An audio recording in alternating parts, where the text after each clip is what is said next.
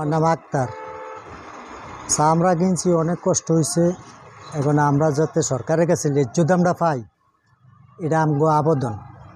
আর ট্যানারিওয়ালারা syndicate করে আম করতেছে, আমরা এই কমায় সময়ে লইয়া যা টাকা ঘুরায় অনেক, আমরা এটার মধ্যে অনেক ইয়া পাই। সরকারের কাছে এটাই আবেদন, আমরা যাতে ন্যায্য দামটা পাই।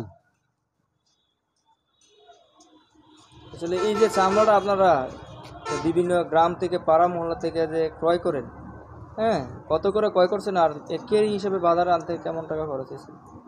আমগো মনে করেন অনেক লবণ টবণ ধরে 800 ভরে যাবো গা, ওই খরচ মরচ ধরে।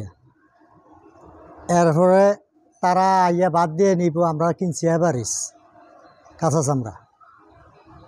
এবং আমরা এটাই চাই সরকারের কাছে, আমগো ন্যায্য দামটা দিলে আমরা আর কোনো আপত্তি নেই। আমরা অনেক কষ্ট করছি চামড়ার মধ্যে, সারা রাত্র কালকার থেকে মেহনত করছি। এরপরে নিজেরাও করছি, বদিল্লা খাটাইছি, বদিল্লা করে স্বয়মের পয়সা দিছি।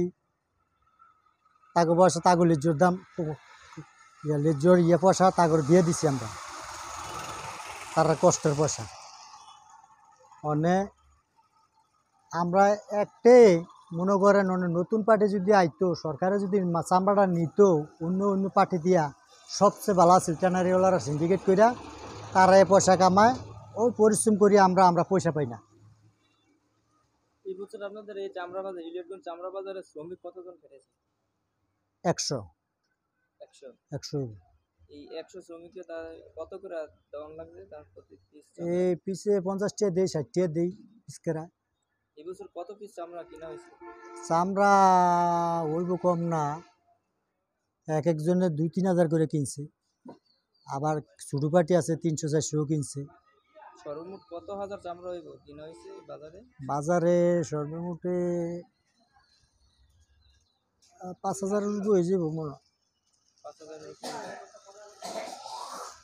এটা ইলিশগঞ্জের হাট অনেক। আমরা সরকারের কাছে আর একটা আবেদন, যাতে আমরা মনে করেন অসহায়, আমগো কোনো ঘর দুয়ার নাই, চামড়া রাখতে কষ্ট হয়, আমরা যদি কোনো ঘর দুয়ার করে দিত সরকার, সবচেয়ে ভালো হইতো।